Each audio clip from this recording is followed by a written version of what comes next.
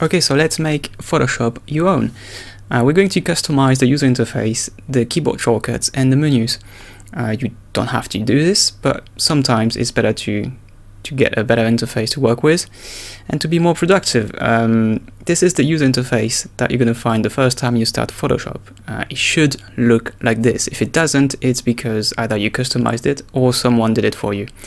Photoshop is going to remember the user interface every time you start it. It means it will start with the latest user interface it's been customized in. So if someone changed the user interface and customized it and it doesn't suit you, then you can use different kind of options.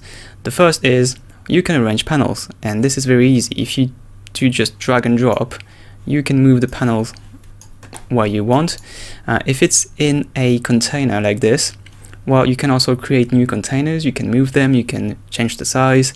Some of them, however, won't allow you to change their size. For example, adjustments is one particular case where if you try to make it bigger, it will actually scroll down and make the one on the top bigger, because adjustments can't be any bigger, or actually can't be any smaller for that matter. For example, libraries can be smaller or bigger, and when we started, adjustment and libraries were in the same container. If you want libraries to get its own container, you just drag and drop in between two containers, and you can see the blue line that shows you, yeah, I'm going to create a new container when I'm going to release the mouse click. So it's very easy to build your own interface. You can also dock panels on this bar here. So styles, for example, can be docked here as an icon. Again, you can see the blue line that shows you where the container is going to be created. For these, it's very simple. Just click to make it appear and click to make it disappear. You can expand them as well, and then they can change size up to a minimum size, and they can be docked to icon again. So this history, for example, is very useful because it's going to list all the steps you're making in your creative process. So if I create a new picture, I've got the brush tool, so this is one brush stroke, one brush stroke, one brush stroke. So I've got 3 brush strokes, and then I'll list it in the history panel. So I can go back and I can go forward.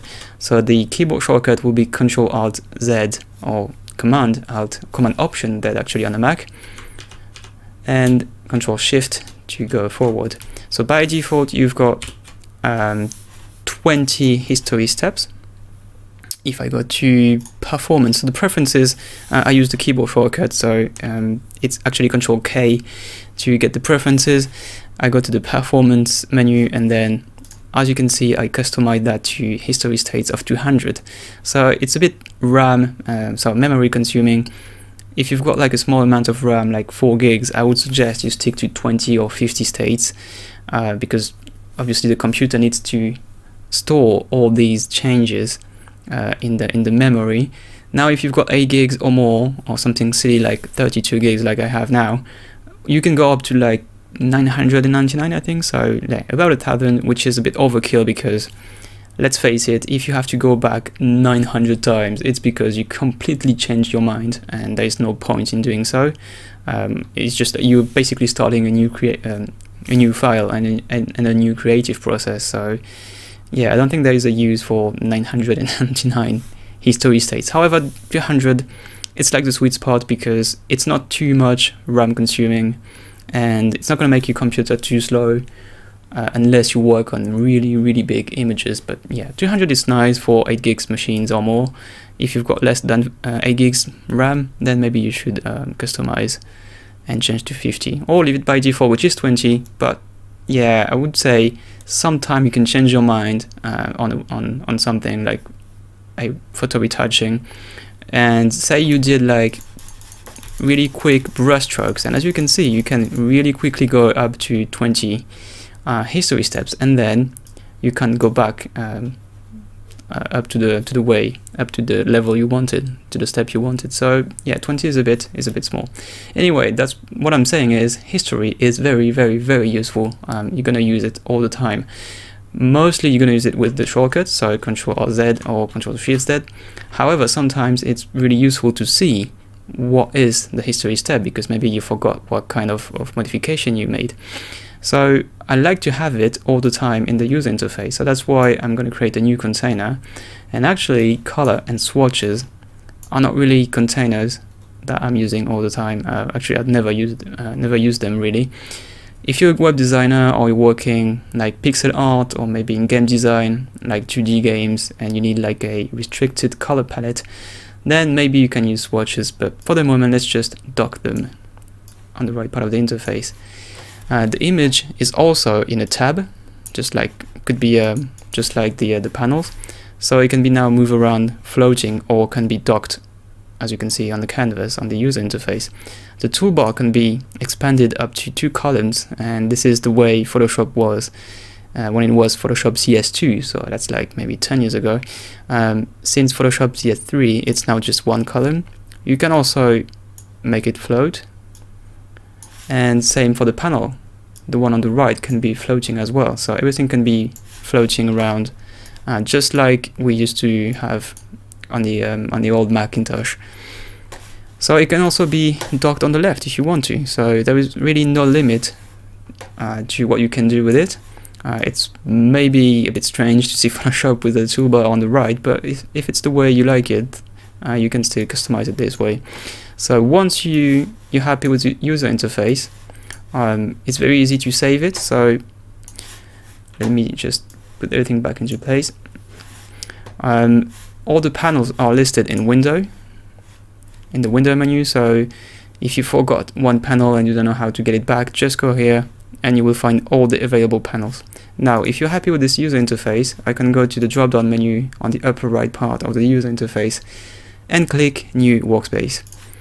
So now I can create my own workspace, and whatever I do now, if I mess around and close stuff and maybe I completely destroy my interface, I can go back to my own workspace drop-down menu and click on Reset My Own Workspace, and now everything is back in place. And it's the same actually for Essentials, because Essentials was modified before being saved as a new workspace. Well, it doesn't look like the default user interface. So if I want to reset it, just go into the drop-down menu and click Reset Essentials. Now you can see Julien Ponce Essentials. It was created before, and let's say I want to get rid of it. Still on the drop-down menu, click Delete Workspace, and then I can select Julien Ponce Essentials. What you can't do is deleting the active workspace. So the one I'm using now is Essentials. I can't delete it. So let's delete the one that I'm now using and that was created before. You have to confirm, say yes, and now I have all the default ones and my own workspace that we just created. So it's very easy. It's all drag and drop based. You can mess around, try new things, and if you're happy with them, just save them in a new workspace. And I say them because you can also save keyboard shortcuts and menus. So I didn't change any menu or shortcuts, so let me show you first. Edit, keyboard shortcuts. This is where you're going to find the tool to customize all the shortcuts. You can customize all the tools, so the ones that are on the toolbar. All the panel menus. The panel menus are these panel menus. So for each panel you get options, and this is it's called the panel menu. And then of course the application menu, so on the top bar, or it can be in the Finder if you've got a Macintosh. So it is very hard to find a free shortcut, I have to say, because they're pretty much all taken already. So whenever you want to change something and it's already taken, Photoshop is going to warn you. So let's go back first to keyboard shortcuts and tools, for example. So say I want to change the rectangular marquee tool, and I say, well, I want to use I. Well, unfortunately, I is already used. I want to use E. Unfortunately, it's used for the eraser. So when I click away, when I click somewhere else in the interface, well, it's going to apply that choice. It's going to go on E instead of M, except that now the eraser, if I just scroll down, eraser tool, now the eraser tool doesn't have a keyboard shortcut anymore. So you can still apply a shortcut that was used before, but as soon as you click in the interface, it's going to apply that choice, and then, well, the other one won't have any shortcut.